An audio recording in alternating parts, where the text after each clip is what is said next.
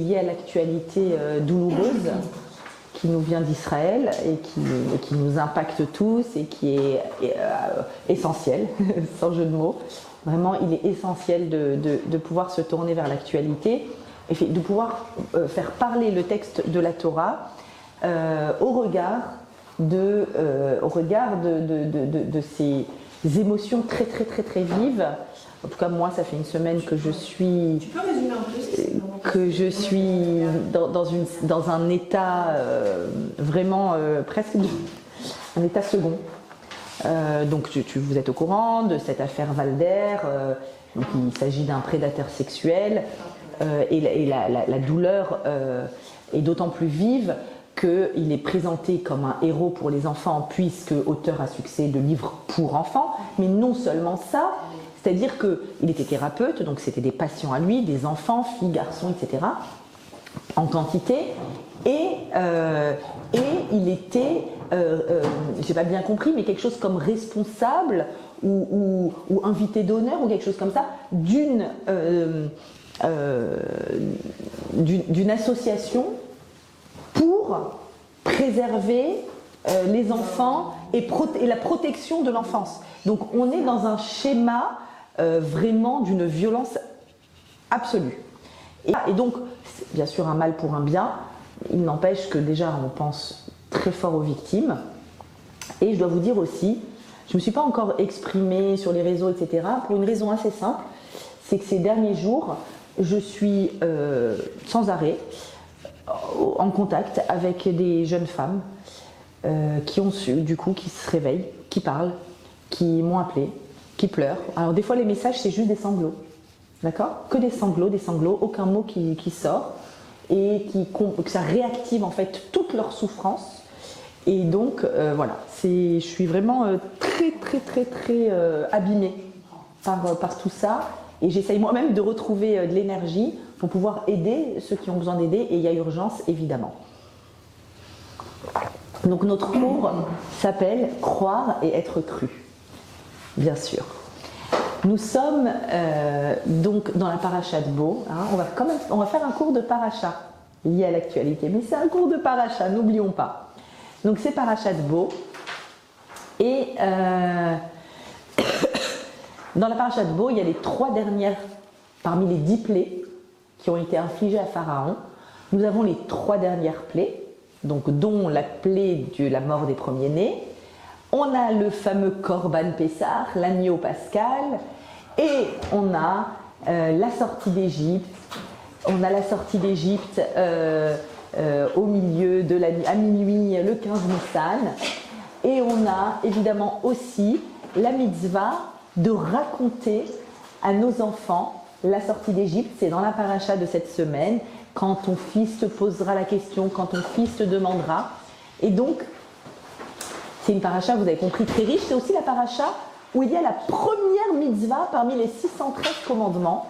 Et ce n'est pas par hasard si, avant même de sortir d'Égypte, avant même la 10e plaie, nous avons la mitzvah, vous savez c'est laquelle ? Rosh Chodesh, ha-Chodesh Hazé, de sanctifier le nouveau mois, c'est-à-dire en fait d'avoir un regard de chidouche, de renouveau, de chadash. Quand on sort d'une servitude absolue, quelle qu'elle soit, l'urgence numéro 1, c'est de pouvoir générer ce regard nouveau et cette création de neuf dans son existence. Il y a quelques minutes, j'étais en voiture pour venir ici. J'étais au téléphone avec une femme qui, dans son cas, elle n'a pas été victime d'agression sexuelle, elle est victime d'une violence innommable de la part de son époux. Et elle n'arrive pas à trouver la force de partir. Et il fallait que j'essaye de la stimuler.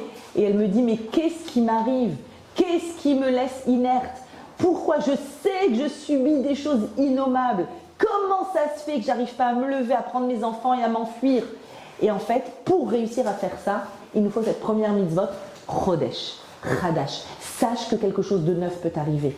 Sache que tu n'es pas condamné à vivre ce que tu vis. Et donc, on est dans cette paracha de Bo, d'une richesse. C'est la Haggadah de Pessah. Il y a beaucoup d'éléments de la Haggadah de Pessah qui sont dans cette paracha. Et effectivement, la paracha s'ouvre avec ce mot beau. Viens. Le titre. Vous savez que j'aime commenter les titres. Viens, va chez Paro. Ah, quoi, je vais aller chez Paro? Va chez Paro pour le combattre. Qu'est-ce que j'entends, moi, aujourd'hui, 2022? Va affronter celui qui est le mal. Le mal, il est là-bas. Et c'est là-bas qu'il faut affronter le mal. Et il faut avoir le courage d'y aller, d'affronter. Moshe avait dit, on se souvient la première fois qu'Hachem s'était révélé à lui, mais on ne me croira pas. Si je viens et je dis au Bnei Israël, vous savez, il y a un avenir pour vous. Vous n'êtes pas condamnés à vivre le cauchemar. Loya Minoubi, ils ne me croiront pas. Et Hachem lui donne un signe. Et c'est grâce à ce signe qu'ils vont le croire. Et finalement, à peine il arrive, il est étonné. On le croit. On te croit. On te croit, maintenant va chez Paro. Bon, allez, va. Et j'ai envie de dire à toutes les personnes, les milliers de personnes qui n'ont pas encore parlé, viens, bon, viens et affronte. Affronte, c'est eux le mal. Et il faut être capable de le désigner et de le mettre sur le banc des accusés. Pourquoi il faut?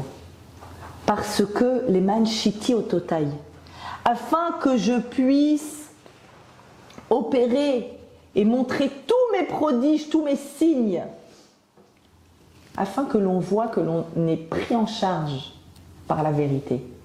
Hachem et la Torah, c'est la vérité. Ceux qui sont déguisés, c'est autre chose. Et ceux qui sont des ordures là-dedans, c'est encore autre chose. Ou les ma'an, deuxième raison. Pourquoi il faut que tu y ailles? Pourquoi il faut que tu affrontes le mal? C'est pas grave, Mariacha, j'oublie, j'ai refoulé, je veux pas y penser, Non. Les ma'an tesaper. Tu as quelque chose à raconter. Il y a une story que tu dois faire. Le man tesaper, pour que tu racontes. À qui? Eh bien, il y a des choses qu'il va falloir que tu racontes à tes enfants, à tes petits-enfants. C'est-à-dire qu'ici, on parle évidemment de la sortie d'Égypte. Tu vas la raconter, tu vas raconter à ceux qui viendront après toi, parce que des personnes viendront avec toi. Et des personnes questionneront, quand on est envahi du mal, il y a un demain? Il y a quelqu'un à qui raconter? Il y a une suite à mon histoire? Oui, il y a une suite à ton histoire. Il y a une suite, tu vas survivre, ça s'appelle des survivants. Que ce soit les victimes d'agression, que ce soit ceux qui sortent d'Égypte, ce sont des survivants. Et demain, c'est une merveilleuse nouvelle que nous donne Akadosh Baruch Hu. Tu auras des enfants. Tu auras des enfants, c'est-à-dire que tu vas survivre à tout ça. Et tu vas donner la vie. Et cette vie-là sera porteuse. Et tu donneras une vie forte. Parce que ce combat-là, il faut qu'il te renforce. Il ne faut pas qu'il t'élimine, il ne faut pas qu'il t'écrase. Vous l'aurez compris, c'est une paracha où on combat le mal à sa racine, jusqu'à la 10e plaie, et c'est une paracha en même temps qui est extrêmement optimiste, parce qu'elle parle de la sortie d'Égypte, elle parle de nos enfants, elle parle de demain, elle parle d'une continuité. Nos parachiotes actuellement, de Shemot jusqu'à Mishpatim, elles ont un nom très spécial. Et on doit les étudier avec soin, on doit toutes les étudier avec soin, mais celles-là ont une particularité. Quelle est la particularité de la période dans laquelle on se trouve?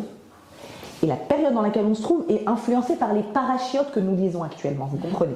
Je dis toujours, c'est des effets cosmiques. Dans le monde, on lit à la Torah ces parachiotes-là, et donc on vit une période spéciale qui s'appelle la période du passage de la galoute, de l'exil à la Géoula, à la délivrance. Le nom de cette période s'appelle Yemé Shovevim. Ça signifie rien, Shovevim, c'est juste un acrostiche. Ce sont les premières lettres des mots Shemot, Shin, Vaïra, Vav, Shemot, Vaïra, Bo, Béchalach, Itro, Mishpatim. À Mishpatim, on a le contenu de la Torah que nous recevons. C'est-à-dire à Shemot, début de la servitude, de l'esclavage en Égypte. Ensuite, Vaïra, début des plaies, Bo, les plaies, Béchalach, donc la sortie d'Égypte, Béchalach, ouverture de la mer, Itro, le don de la Torah, Mishpatim, la Torah. C'est un tout. Ces Yemé Shovevim sont extrêmement importants parce que le fait que nous lisons ces parachiotes donne un potentiel à la période que nous vivons de passage d'exil à libération, de servitude, quelle qu'elle soit, que ce soit cette femme avec qui j'ai parlé ce matin, que ce soit les victimes de cette ordure ou d'autres ordures, il y en a beaucoup trop, que ce soit une petite prison personnelle que je me suis faite. Le passage de la servitude à la libération se passe pendant Yemé Shovevim. Maintenant, regardez, je vais vous présenter un cours qui m'a bouleversée, qui m'a émue très profondément, que j'ai lu ce Shabbat dernier. C'est un cours qui est entièrement issu d'un texte, enfin, c'est mis en texte, mais c'était un audio qui a été enregistré, écoutez bien, il y a 28 ans, par le Rav Moshe Shapira, Zichrono Livracha, dont je m'inspire, comme vous le savez, énormément. C'est important pour moi de vous dire que ce cours a été enregistré il y a 28 ans. Et il a été mis par écrit, envoyé par mail, donc j'ai eu accès par mail, et je l'ai lu, Shabbat dernier, après mon allumage des bougies, c'est mon moment de bonheur, mon petit cours, je l'ai lu et j'ai tremblé. Et j'ai tremblé, j'ai dit waouh! Quand un homme est tellement authentique et détenteur de la Torah vraie, comme Rav Moshe Shapira, alors sa Torah est intemporelle. Elle transperce des décades. Il a dit quelque chose, vous allez voir, il y a 28 ans, sans aucun rapport avec l'actualité. A priori, c'était il y a 28 ans.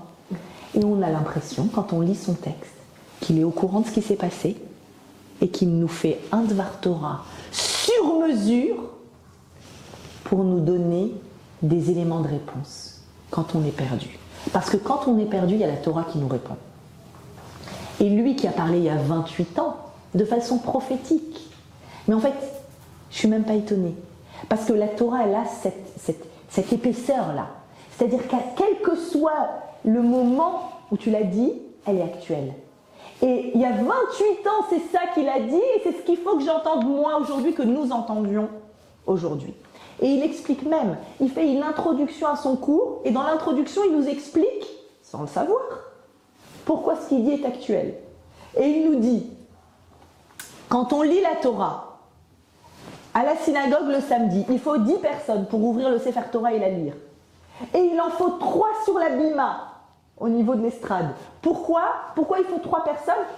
Ça représente un donneur, un receveur et un médiateur, comme Dieu, le peuple et Moïse au milieu. C'est-à-dire que l'acte de lire la Torah le Shabbat à la synagogue, c'est pas un acte d'étude de la Torah. Ça, on le fait quand on est ici. C'est un acte de quoi alors? Pourquoi c'est tellement important de lire tous les samedis et de finir le Sefer Torah en un an? C'est un acte, dit-il, de Kabbalat Torah. La Torah se dévoile à nous à nouveau, selon une nouvelle couche, selon une nouvelle forme, d'une façon qui n'a jamais été dévoilée jusque-là. Chaque année, vous entendez. Vous voyez à quel point il y a une dynamique à l'intérieur de la Torah. Elle a été donnée il y a 3500 ans. Elle a été expliquée il y a 28 ans. Et aujourd'hui, elle prend un nouvel éclairage. Parce qu'elle est là pour répondre à nos questions les plus profondes. Et là, la question qui nous agite, c'est une question qui bouleverse profondément le monde orthodoxe et le monde en général. Le monde du MeToo qui a déjà commencé à évoluer, mais le monde orthodoxe était plus, on va dire, en marge, forcément, c'est un monde qui est plus préservé, donc ça met plus de temps. Et là, il y aura l'avant, il y aura l'après. C'est sûr et certain. C'est sûr. Alors, dit Rav Moshe Shapira, nous avons une Torah à recevoir là. Celle du passage de Galout, l'exil, qui est la servitude à une force horrible, maléfique, Pharaon ou toute autre forme au cours des générations, et la sortie de cette servitude. Qu'est-ce qu'est la Galout, l'exil, cette servitude? Qu'est-ce que la Géoula, la délivrance? Qu'est-ce Qu'est-ce qui fait qu'on est en exil ou qu'on est dans un processus, disons, de Géoula? La galoute, c'est la chose suivante.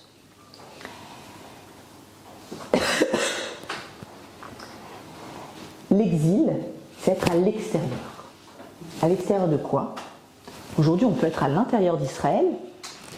Nous sommes encore en exil, on le voit bien.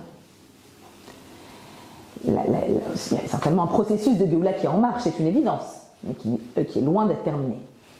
Être à l'extérieur, c'est à l'extérieur finalement de quoi, du coup, si ce n'est pas le territoire géographique d'Israël? Non. C'est être à l'extérieur des frontières de ce qui s'appelle la généalogie Abraham, Isaac, Jacob. Il y a des patriarches, ils s'appellent les Avot, c'est des pères, et ils ont eu des enfants. Tant que je suis connectée, je me lie à eux, je me sens continuité de leur histoire, je continue à perpétuer une histoire qui commence là, mais moi je ne suis que la suite de cette histoire, je ne suis pas une autre histoire, je ne me suis pas détournée, je n'ai pas pris un chemin de traverse. Je suis dans la continuité des Avot, je suis dans le processus de la Géoula.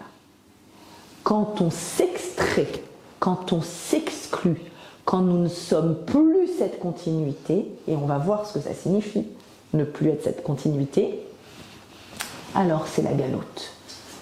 Tu t'es exilé, tu es à l'extérieur, tu n'es pas dans cette famille-là, tu es extérieur à cette famille.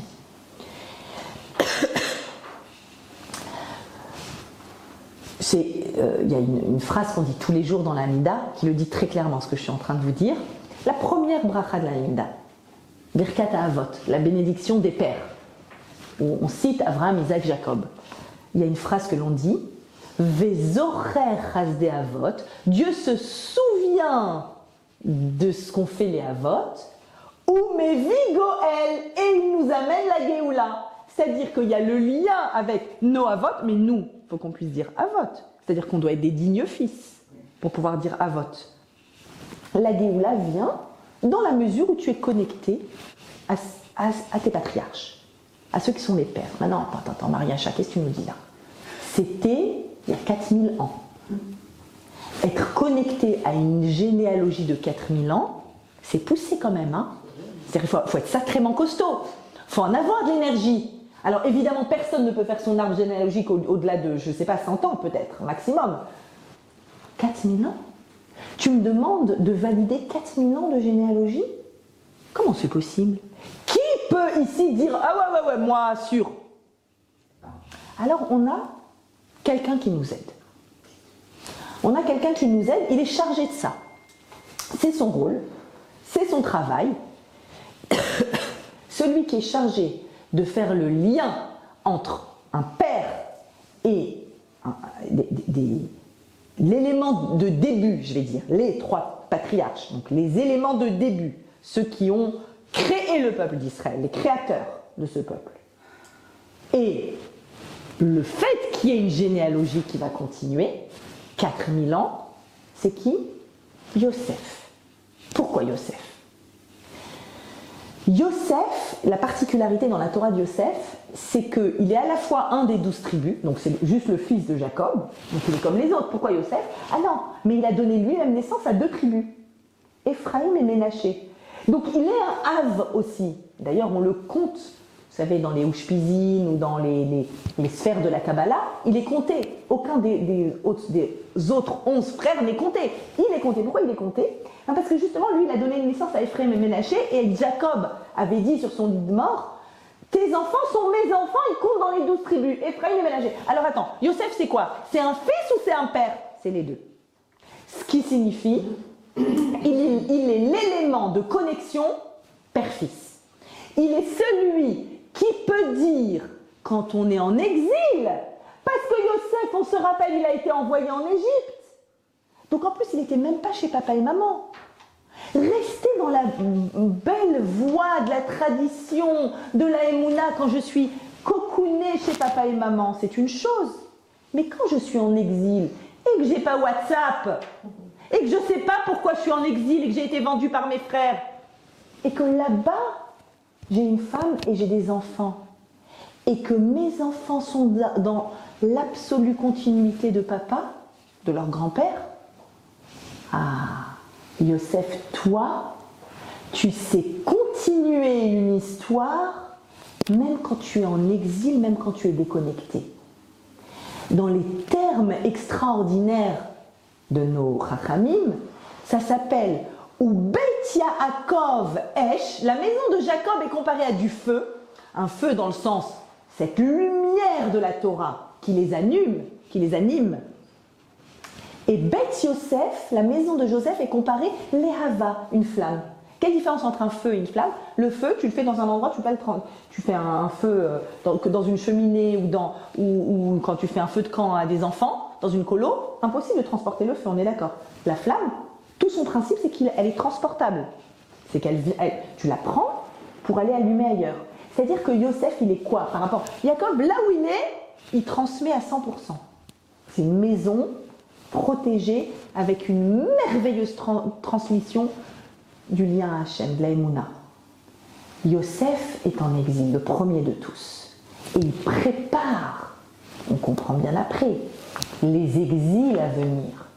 Le premier exil, celui de Pharaon, d'Ibn Israël, puis tous les autres à venir. Babylonie, Perse, etc., enfin, les Grecs, aujourd'hui Édom, d'accord? Il va préparer, c'est-à-dire qu'il nous dit, il nous prépare le terrain. Alors, il a cette flamme, et il dit, vous savez, même loin, on peut être et un fils et un père, et en accord total, et dans la direction absolue de ce qui a été instauré par papa, papy, arrière-papy, Abraham, Yitzhak, Yaakov. Donc, il faut comprendre ce que Yosef a fait. Pourquoi on dit que Yosef nous a donné la possibilité de nous préparer à ce qu'aujourd'hui, 4000 ans après Abraham, Yitzhak et Yaakov, on puisse faire notre Amida et on dise Zocher, Chazdé, Avot, c'est mes pères. Abraham, t'es mon papy. Yitzhak, t'es mon papy. Yaakov, t'es mon papy. Waouh, t'as un arbre généalogique qui monte si haut. T'as réussi, durant toute l'épaisseur de ces siècles, avec la suite de eux. Comment t'as fait? Yosef. Yosef était en Égypte. C'est pas anodin que c'est l'Égypte. Sur l'Égypte, il y a une Gemara connue dans Yevamot qui dit la chose suivante, page 98. Amar Rava, au nom de Rava, et au nom de Rabbanan, Ein Av le Mitzri. Alors c'est très spécial l'Égypte. Ein Av, il n'y a pas de père pour un Égyptien. L'Égypte, c'est le lieu par excellence, c'est l'archétype du lieu de la débauche. Aujourd'hui, on ne dirait pas l'Égypte, on dirait le monde occidental. À ce moment-là, tu cherches dans le monde où il y a une débauche à son niveau le plus immense, c'est l'Égypte. Tellement qu'on est sûr, sur un Égyptien, on peut dire, on ne peut pas savoir qui est son père. Impossible de savoir qui est son père. Et rappelez-vous la plaie des premiers-nés de cette semaine. Qu'est-ce qui était exceptionnel dans cette plaie des premiers-nés? C'est qu'il pouvait y avoir plusieurs morts dans une même maison. Pourquoi? Parce que c'était le premier-né du père. Donc une femme qui s'est débauchée, qui a eu 2 enfants de 2 hommes, pour les 2 c'est le premier. Donc c'est-à-dire que dans la plaie des premiers-nés, Hachem, il a montré qu'il maîtrise la petite goutte qui fabrique cet enfant, son origine, et donc en fait, la plaie des premiers-nés est venue mettre à jour la débauche incroyable qui régnait en Égypte.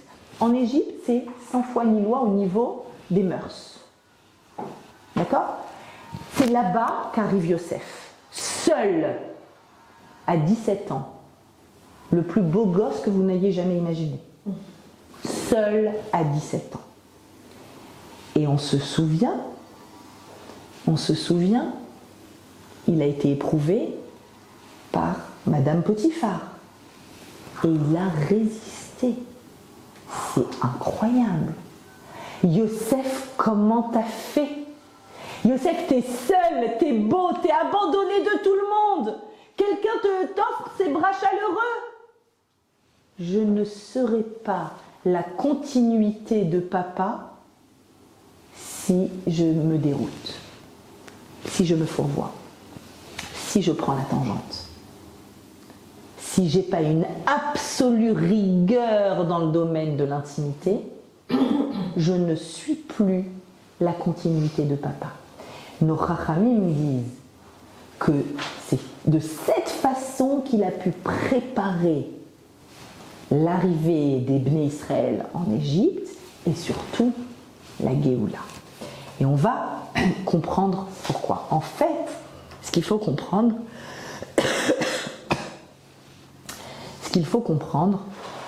alors juste une seconde, tac, oui, c'est là. C'est que, en fait, pourquoi une telle insistance sur cette épreuve réussie de Yosef?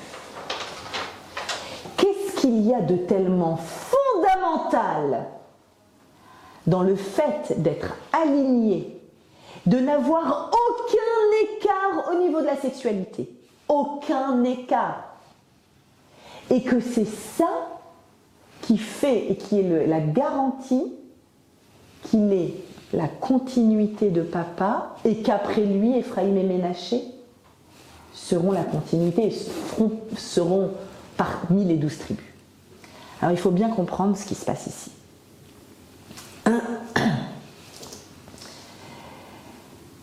Cette période des Shovevim, d'accord, de Shmot à Mishpatim, elle a un potentiel. Et ce n'est évidemment pas un hasard, c'est une évidence que cette affaire a éclaté, avec tout ce qui s'ensuit, pendant la période des Shovevim.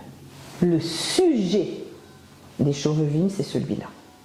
Le sujet s'appelle, dans le langage de nos Chachamim, Tikkun, la réparation, Pegam Abrit, des problématiques liées à la Brit Mila. C'est-à-dire à une mauvaise utilisation de leur organe pour les hommes. Et en parallèle pour les femmes qui se débauchent, on parle des Égyptiennes évidemment. Là vous comprendrez qu'on a une réflexion plus axée masculine du fait de l'actualité. Tikkun Pegam Abrit. C'est là qu'il y a une force pour être loyal à l'endroit d'où on vient et à ce que l'on va transmettre. Et je voudrais qu'on comprenne en profondeur ce que nous explique Rav Moshe Shapira. Il nous dit la chose suivante.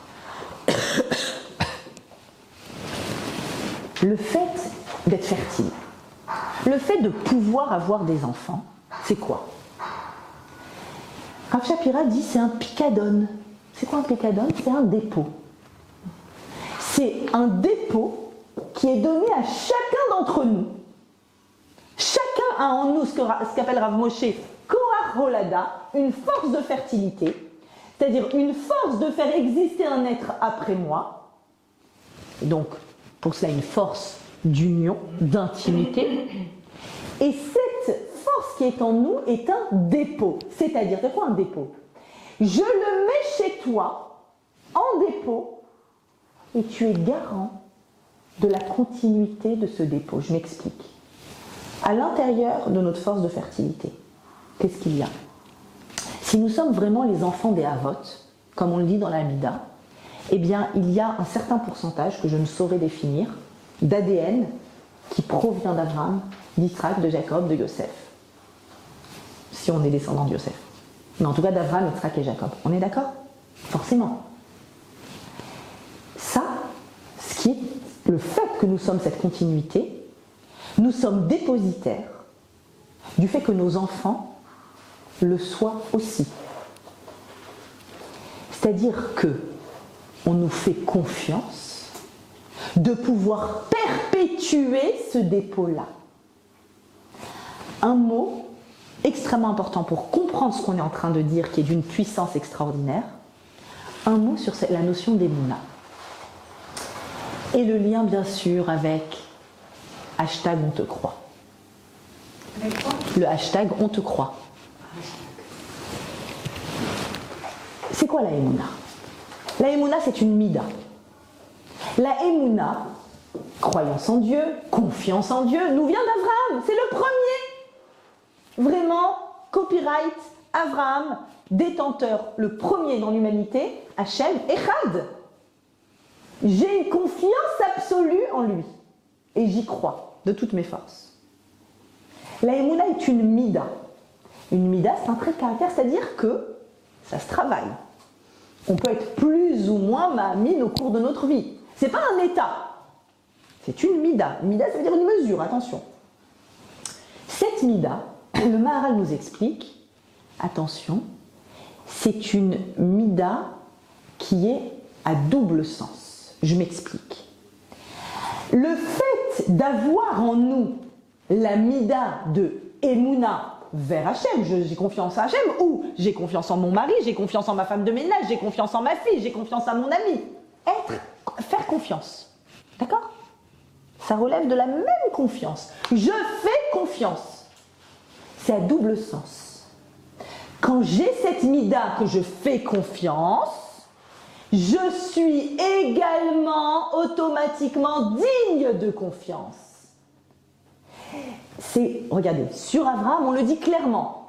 Il y a écrit dans Bereshit, Vehe emin ba Hashem sur Abraham. Abraham a eu Emouna en Hashem, c'est un verset de la Torah.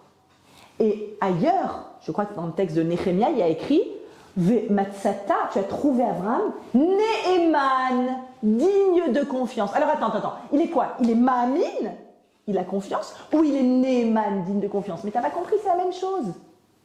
Quant à la Emouna, quand tu es quelqu'un qui fait confiance, tu es digne de confiance. On te fait confiance. Et en fait, si on te fait confiance, tu es confiant, et si tu es confiant, on te fait confiance. Ça va dans les deux sens. N'importe qui réfléchit à cette idée-là, comme le dit Rav Yakovson par exemple. Les parents qui font pas trop confiance à leurs enfants. Tu fais tes devoirs, t'es sûr, vraiment, je vais vérifier, et qui me dit peut-être que tu mens. Meilleur moyen pour fabriquer un menteur. C'est-à-dire que si dans la vie, je suis quelqu'un qui a du mal à faire confiance, on aura du mal à me faire confiance. Que ce soit bien clair. Ça va dans les deux sens. L'importance de croire quelqu'un qui raconte, pour que demain il puisse faire confiance à quelqu'un, il faut lui faire confiance. Et je sais combien c'est difficile et les personnes hallucinent parce que plus il s'agit d'une personne de pouvoir, d'une personne qui a été mise en avant, etc., plus on a du mal à faire confiance. Et c'est là que se trouve la tragédie.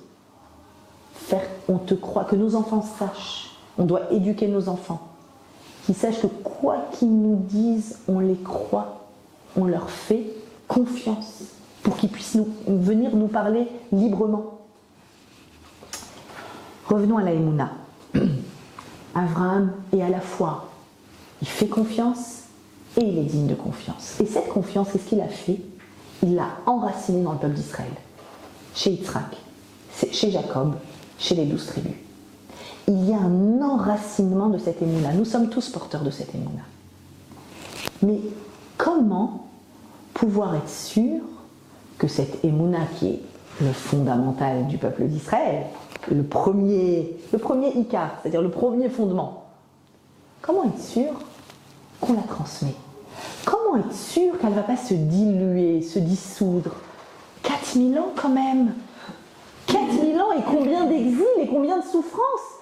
Comment savoir, comment avoir la garantie, pour ainsi dire, que ça va continuer? Alors regardez, c'est extraordinaire.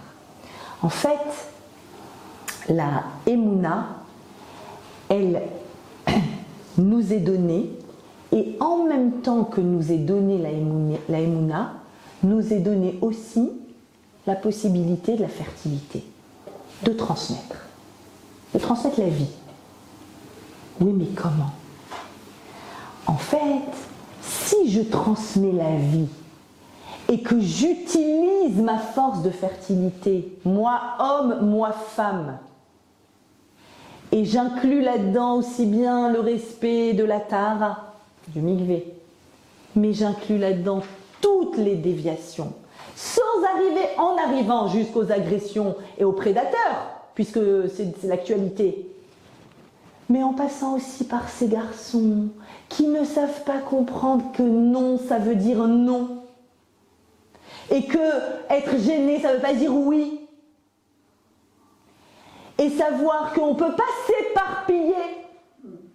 Et savoir que donner de sa force fertile pour s'amuser, c'est ne pas être digne de la confiance qu'Abraham t'a donnée, parce qu'il a enraciné deux choses, la émouna et la force de fertilité, et les deux sont liés.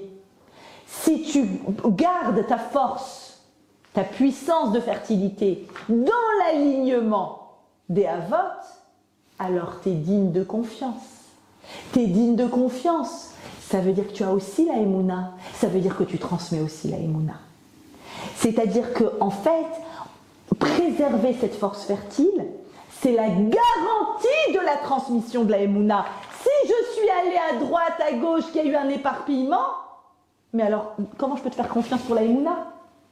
Puisque tu te dilues. Tu te dilues complètement. Je sais que dans l'éducation, dans une certaine éducation marocaine, ou peut-être séfarade, en tout cas mon mari m'avait dit, l'éducation marocaine a été comme ça, vous me direz si c'est plus large, les filles restent pures, les garçons la brilloutent. C'est comme ça. Depuis, qu'est-ce qu'il y a, ils ont des pulsions, ils ont des besoins, ils doivent faire leur expérience, etc. On ne comprend pas le désastre que c'est pour le peuple d'Israël. C'est-à-dire ce que je suis en train de dire, peut-être vous vous dites, elle la pousse, l'actualité c'est un prédateur sexuel, et elle est en train de... C'est là que ça commence. C'est là que ça commence. Ça commence dans cette légèreté. Dans le fait de ne pas comprendre, vous comprenez qu'on a une période qui s'appelle Shovevim, dans laquelle on passe de l'exil à la liberté, et de quoi il s'agit, les Chachamim ils disent, de quoi il s'agit? Qu'est-ce que dit Rav Moshe Shapira il y a 28 ans? Il dit c'est de ça. C'est garder sa force fertile là où elle doit s'exprimer. Tu es digne de confiance? Je t'ai enraciné la émouna, je t'ai donné aussi en gage, en dépôt, une force de continuité. Quand tu continues dans la ligne des avot, ou tu vas à droite à gauche, tu t'éparpilles. Si tu t'éparpilles, tu sais ce qui se passe, d'autant encore plus du côté masculin. Il y a de l'ADN, des avot et des imaot qui est éparpillé dans le monde. Qui est éparpillé. C'est perdu. Il est parti. Mais ça, il faut qu'on comprenne bien que c'est le gage de la émouna. La émouna, c'est ça. Je suis digne de confiance. Et d'ailleurs, même pour aller plus loin, avec cette idée un garçon, il a des... Et quoi? Et demain, il va se marier, et du jour au lendemain, ça y est, il va se ranger. Ça y est, c'est terminé. Qu'est-ce qui s'est passé? Il y a eu un miracle. Il a compris que, après s'être dévoyé, mais non. Depuis tout petit, on enseigne à nos enfants. Depuis tout petit, on leur enseigne. Qu'est-ce qu'on leur enseigne depuis tout petit? C'est dans la parashat Shemot. Première fois, on voit une action de Tzipora, la femme de Moshe. Vous savez que c'est la fille d'Yitro. Il s'est enfui. On va voir pourquoi il s'est enfui. Il s'est marié avec Tzipora. Et il y a eu l'épisode du buisson ardent. Hachem lui a dit, hop, let my people go. Il doit revenir en Égypte. Il a un bébé qui vient de naître. Il est en route, donc la Brit Mila n'est pas faite. Rappelez-vous cet épisode étrange dans Shemot, où on ne comprend pas bien du tout, c'est très opaque, on ne comprend pas bien, Moshe est en danger, il y a une force maléfique, il est en danger. Tzipora comprend qu'il y a un danger, elle comprend que c'est lié à la Brit Mila de son fils, et le passouk dit comme ça, Vatikar Tzipora Tsor.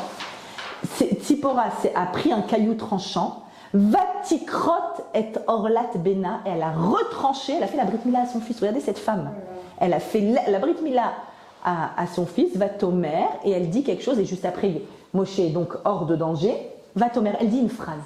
Cette femme, elle est incroyable, cette Tzipora. Elle comprend le danger, elle dit, oups, on aurait dû faire la Brit Mila à notre fils. Elle prend le caillou, elle lui fait la Brit Mila à son bébé, et elle dit une phrase exceptionnelle. Ki chatan damim atali. Parce que tu es un khatan, damim par le sang, li pour moi. Ça veut rien dire. Mefarshim. Je m'excuse, j'ai oublié l'origine de ce Mefaresh. Mais je me souviens l'avoir lu. Exceptionnel. La maman, quand son bébé a 8 jours, c'est là qu'elle commence. Le jour de sa Brit Mila, elle lui dit, mon fils, t'es un futur khatan. T'es un futur khatan. Donc fais attention. Fais attention à ta Brit. L'éducation commence à 8 jours avec nos fils. Je ne vous dis pas les discussions que j'ai à la maison avec mes adolescents. Suite à ça, c'est des très bonnes discussions, excellentes discussions, que nous devons, toutes les mamans doivent avoir. Souvent, elles sont gênées. Est-ce que c'est le père? Les pères, je trouve, qui s'en sortent moins bien que mon fils, t'es un futur khatan. Il y a une femme qui t'attend. Et ça commence très tôt. Et regardez comment ça, c'est dans Parashat Shemot où on nous dit ça. Et dans Parashat Shemot, on nous dit quoi aussi? La première intervention de Moshe, après qu'on nous ait raconté sa naissance, c'est l'esclavage, c'est l'horreur. Pharaon qui tue les bébés garçons, le petit Moshe qui est né prématuré, qui est dans son couffin, il est dans l'eau, il est récupéré par Bathia, on se rappelle, il grandit dans le palais. Vaïgdalanar, il grandit. Quelle est la première chose qu'il fait? Première, écrite dans la Torah. Le grand Moshe qui nous a donné la Torah. Vayetse Alechav. Il sait très bien qu'il est hébreu. Il ne va pas rester dans son palais doré, il y va. Vayar, qu'est-ce qu'il voit? Ish Mitzri, un Égyptien, Maké Ish Ivri, qui est en train de tabasser, de martyriser un hébreu. Il s'interpose. Et il tue l'Égyptien. Suite à ça, il va être en danger, il va s'enfuir. Qu'est-ce qui s'est passé? C'est quoi cette histoire? La première fois qu'il intervient, alors ok, magnifique, il est venu, il a pris la défense du faible. C'était quoi l'histoire? De quoi il s'agissait? Tiens, encore une fois de mœurs. Rachid. L'homme égyptien frappait un homme hébreu. Il le frappait et le tyrannisait. Il tyrannisait qui? Il tyrannisait le mari d'une femme qui s'appelait Shlomit Bat Divri, sur laquelle l'Égyptien avait porté les yeux.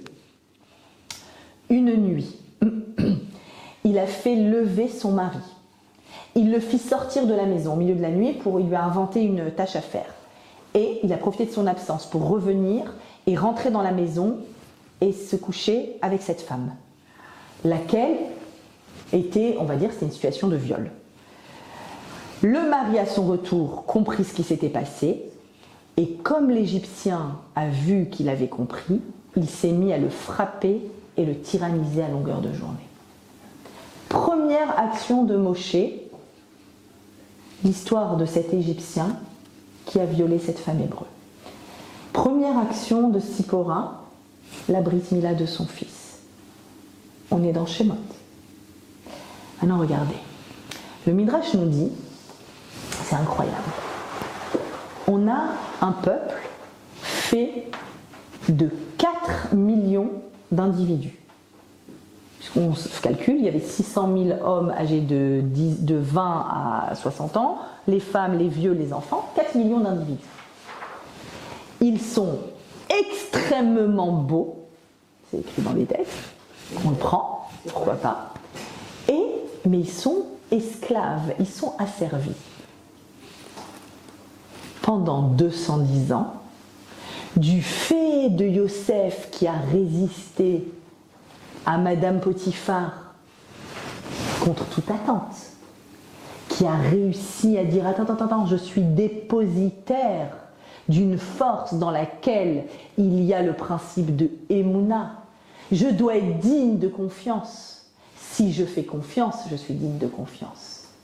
La Emouna, je ne la transmettrai que à travers ma force de fertilité et que dans l'alignement de la continuité des Havot, pour qu'ils puissent s'appeler mes pères et que moi je sois un père pour la suite. Et pas juste quelqu'un qui est passé par là. Et donc, comment comment c'est possible, demande le Midrash, que 4 millions d'individus, pendant 210 ans, il n'y a pas eu une débauche, il n'y a pas eu un écart parmi le peuple d'Israël. La totalité de ces 4 millions de personnes étaient issues de naissances cachères, 100% cachères. Comment c'est possible? Et le Midrash dit, il y a eu un cas, et comme c'est le seul cas, la Torah en parle. Un cas qui n'est même pas un cas volontaire, c'est un cas de viol de cette shlomite. Ce cas-là, rapporté dans ce passouk, pourquoi le passouk t'en parle? Pour te dire qu'il y a eu un seul cas. Tu te rends compte? Et Rav Shapira, il dit, dites-moi, ils n'avaient pas la Torah, on est avant le don de la Torah. Ils étaient esclaves, ils n'étaient pas libres. Ils étaient dans un pays plein de débauches. Au moins autant qu'aujourd'hui. On m'explique le secret? Pas un cas de déviance sexuelle? Pas un cas d'agression? Pas un cas de viol? Pas un cas d'infidélité? Pas un cas d'un agresseur? Rien. Rav Shapira dit aujourd'hui, 5 minutes, on ne resterait pas. Vu ce qui se passe dans ce monde, malade. Par quelle force? Yosef. Yosef était là, Yosef est venu en Égypte, Yosef a préparé l'arrivée des Béné Israël, comment? À travers cette épreuve. C'est toute la raison d'être de cette épreuve avec la femme de Potiphar, c'était justement pour que assainir l'endroit au niveau de l'exigence absolue à avoir une propreté totale dans ce domaine-là. La force de Yosef a été transmise, vous avez compris, puisqu'il est l'Ehava, il est cette flamme, il est celui qui permet de faire le passage Av-Ben, et donc les enfants qu'il a eus, c'est avec Osnat, c'est dans un cadre légal, ce n'est pas de la séduction et ce n'est pas hors continuité. Et donc ça a permis à tous d'être dans cette perspective-là. Quand va venir la Géoula? On n'en peut plus. On n'en peut plus de ces mauvaises nouvelles. Ok, alors si c'est les Shovevim, si on arrive vers sortie d'Égypte, et Yitro et Mishpatim, je veux la Géoula, je peux plus entendre les larmes que j'ai entendues cette semaine, je peux plus. Je vous assure, je peux plus. Moi-même, j'arrive à... J'étouffe de la souffrance de ces femmes, j'étouffe de la souffrance de cette femme ce matin qui m'appelait avec ses violences, j'étouffe de la souffrance des jeunes filles. Je vous ai dit, quand j'ai donné le cours sur Vaishlach, quand j'ai donné cours à des étudiantes à la relève, sur Vaishlach, j'ai donné cours sur le viol de Dina. À la fin du cours, une première qui vient, sans mots, qui s'assoit à côté de moi, qui se met à pleurer sur l'épaule droite. Une deuxième qui arrive ici sur l'épaule gauche. Je ne dis pas que c'est des viols au sens premier du terme, ou peut-être, mais elles ont subi des pressions, elles ne voulaient pas, on les a forcées, elles se sentent salies. Combien? J'en peux plus. À quand la Géoula? À quand la Géoula? Alors regardez, quand Yaakov Avinu arrive à la fin de sa vie, fin de Béréchit, avant de mourir, il réunit les 12 tribus d'Israël. Vous savez que Maaseh Avot, ce qui se passe pour les Avot, Siman les Banim, c'est un signe pour les enfants. C'est-à-dire qu'on voit l'histoire de Béréchit, on a l'histoire du monde, de nous, jusqu'à la fin, la Géoula. La fin de Yaakov, c'est-à-dire c'est la Géoula, ça y est. Et donc en effet, il les réunit. Héasfou, réunissez-vous. Vers Agida Lachem, et que je vous raconte à quand la Géoula. Je voudrais vous raconter ce qui va se passer à la fin des temps. Et qu'est-ce qui se passe? Nous dit le texte, il n'arrive pas. Il a à l'intérieur de lui une vision claire de la Géoula, de la délivrance, de la fin des temps, et ça s'en va. Il a quelque chose l'empêche de le dévoiler. Et alors il est très inquiet. Et la Gemara dans Psachim dit comme ça, Rabbi Shimon dit, il cite le passouk dans Béréchit. Il dit à ses enfants, Héasfou, réunissez-vous, Agida Lachem, je vais vous raconter. Bikesh Yaakov le galot le banav et aketz. Yaakov a voulu dévoiler à ses enfants la fin, et ketz yemin, la fin, venistalka mimenu, ça lui a échappé, shrina, il n'y avait plus de présence divine au-dessus de lui, donc quelque chose le bloque, et alors il se pose la question, il dit, mais comment ça se fait? Chas v'shalom, peut-être, yesh bemitati psoul, peut-être y a-t-il dans ma couche, dans ma descendance, quelqu'un qui s'est détourné, quelqu'un qui a eu une déviance sexuelle. Qu'est-ce qu'il nous dit là, Yaakov? Et alors, la suite, c'est que ses enfants viennent et lui répondent Shema Israël, Hashem Elokeinu, Hashem Echad. C'est de là que vient le pasouk. Écoute, papa Israël, il s'appelle Israël, papa, Yaakov. Hashem Elokeinu, de la même façon que toi, tu dis Hashem Echad, nous aussi on dit Hashem Echad. Mais à ce moment-là, que vient nous dévoiler ce passage, et cette Gemara nous dit, quand Yaakov dit oups, il y a beaucoup d'exil, il y a beaucoup de souffrance. Pourquoi ça ne vient pas encore la Géoula? Ah, il y a un psoul, il y a quelqu'un qui s'est détourné, c'est pour ça. Il nous enseigne que toute la raison pour laquelle on n'a pas encore le bonheur de vivre en Israël, avec Hachem parmi nous, avec le temple, avec la vérité qui est dévoilée, c'est pourquoi? C'est à cause de cette problématique-là, du brit.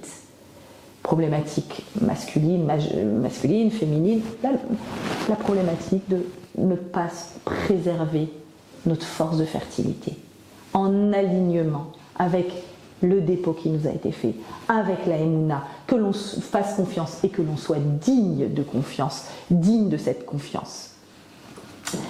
Et pour ça, dit Rav Moshe Shapira, il faut évidemment croire, être cru. Donner la parole, ça c'est moi qui le dis, je lui fais dire. Donner la parole aux victimes, leur dire vous n'êtes pas responsables, le mal il est là-bas. Et leur dire qu'il y a des midotes, des traits de caractère, qui sont les traits de caractère qui expriment le fait extérieurement, pour ceux qui nous voient, parce que tout le monde ne peut pas savoir quelles sont les attitudes déviantes que peut avoir quelqu'un dans l'intimité. Mais il y a des caractéristiques qui peuvent te mettre sur la bonne route et visualiser la mauvaise route. Et c'est écrit pareil textuellement. C'est écrit comme ça. Une Gemara dans Yevamot, une autre dans Betsa. Yevamot d'abord. Rabat qui dit Kol mi sheyeshbo gimel midot alalou. Toute personne qui a ces trois traits de caractère, on sait qu'il est Bézar Osh el Avraham Avinu, qu'il est la continuité d'Avraham. Alors attention, on dit Rav Moshe Shapira. On va citer les trois midotes. Attention, quelqu'un peut être, entre guillemets, dans la généalogie, enfin un juif, un religieux, qui a l'air, mais qui est complètement à l'extérieur de la généalogie d'Israël. Parce qu'il s'est fourvoyé, parce qu'il s'est dévoyé, parce qu'il est devenu une ordure. Et ces ordures, il le dit, ça pour le coup il le dit textuellement, les personnes qui sont ordurières au niveau de leur déviance, on voit qu'elles n'ont pas ces trois midotes. C'est quoi les trois midotes? Soyez bien clairs, c'est quoi les trois midotes? Les trois midotes, c'est le fait d'être Rahman, miséricordieux, Baïchan, réservé, Gomel Chassadim, généreux. Généreux vient d'Avraham, Baïchan, réservé vient d'Yitzhak, miséricordieux vient de Yaakov. C'est les trois midotes qui nous donnent le tampon extérieur qu'on peut nous faire confiance, qu'on peut être digne de confiance et qu'on peut être confiant. Trois midotes inverses, vous devinez, cruel, qui exprime le mal et qui est le contraire du Baïchan, qui se met en avant, qui extériorise, etc. Trois midotes. La Gemara dans Betsa. Toute personne qui est Merachem, qui a cette empathie pour les créatures. Beyadoua, on sait, chez Mizaro shel Avraham, qu'il est la continuité d'Avraham. Et toute personne qui n'a pas d'empathie, c'est là que ça commence. Chez Eno Merachem, sache qu'il est déjà à l'extérieur. Voilà des éléments pour visualiser, pour sentir déjà. Et s'éloigner. Si on ne sait pas au moins qu'on s'éloigne. Je vais finir avec une note positive. Pardon de ce cours difficile, on est obligé. On est obligé, on n'a pas le choix. Je veux finir avec une note positive, la fin de Parashat Bo. La fin, les derniers versets. Ça y est, il y a eu la plaie des premiers-nés. Ça y est, on est sorti d'Égypte. Ça y est, Hachem nous donne une mitzvah, la mitzvah de notre Bechor. Quand j'ai un Bechor, quand j'ai un premier fils, et oui, c'est ma continuité, c'est le début de ma continuité. Je vais faire Pidyon Aben. Je vais lui dire c'est le fameux rachat du premier-né. En fait, je vais lui dire, tu as un rôle spécial. Waouh, tu es dans cette continuité. Vehaya ki ishalcha bincha machar. Lorsque ton fils te demandera demain, à qui on parle? À des esclaves, à des personnes qui ont été agressées, à des personnes qui ont vécu des violences. À tout cela, on leur dit machar. Tu sais, il y a un demain. Il y a un demain, ton histoire. Et tu sais quoi? Bincha, tu vas donner. Il y aura une suite. Et la suite, elle sera plus belle. Et quand ils te diront Mazot, qu'est-ce que c'est? Tu leur raconteras Berozek Yad. Avec une main forte, Hachem m'a sorti de cet enfer. J'ai eu la force de parler. On m'a cru. Je suis digne de confiance. Hachem m'a sorti de cet enfer. Et sache que ce qu'il a fait, eh bien, lorsque Pharaon était dur et ne voulait pas nous laisser sortir, c'est toujours la réponse de la maman à sa fille, à son fils. Vayarok kol bechor. Hachem a tué tous les premiers-nés de Misraïm. C'est eux le mal. C'est eux les déviants. Il les a tués. Ils sont là-bas, sur le banc des accusés. Et malheureusement, il n'y aura pas de banc des accusés parce que le lâche n'a même pas. Je trouve que c'est une atteinte après l'atteinte, ce suicide. De ne même pas donner la possibilité aux victimes de pouvoir voir. Mais il est là-bas, l'accusé. Mi Bechor Adam va Bechor Alken, et c'est pourquoi moi, mon Bechor à moi, je le sanctifie pour Hachem. C'est la fin de la paracha. Be'ezrat Hachem, que les paroles soient déliées, qu'on puisse croire, qu'on puisse être digne de la confiance qu'Hachem nous a donnée, que l'on puisse continuer avec notre force de fertilité, qu'on puisse continuer à être les dépositaires, les garants de cette si magnifique Emouna. Et la Géoula va venir, je vous assure, elle va venir. Ça y est, c'est enclenché.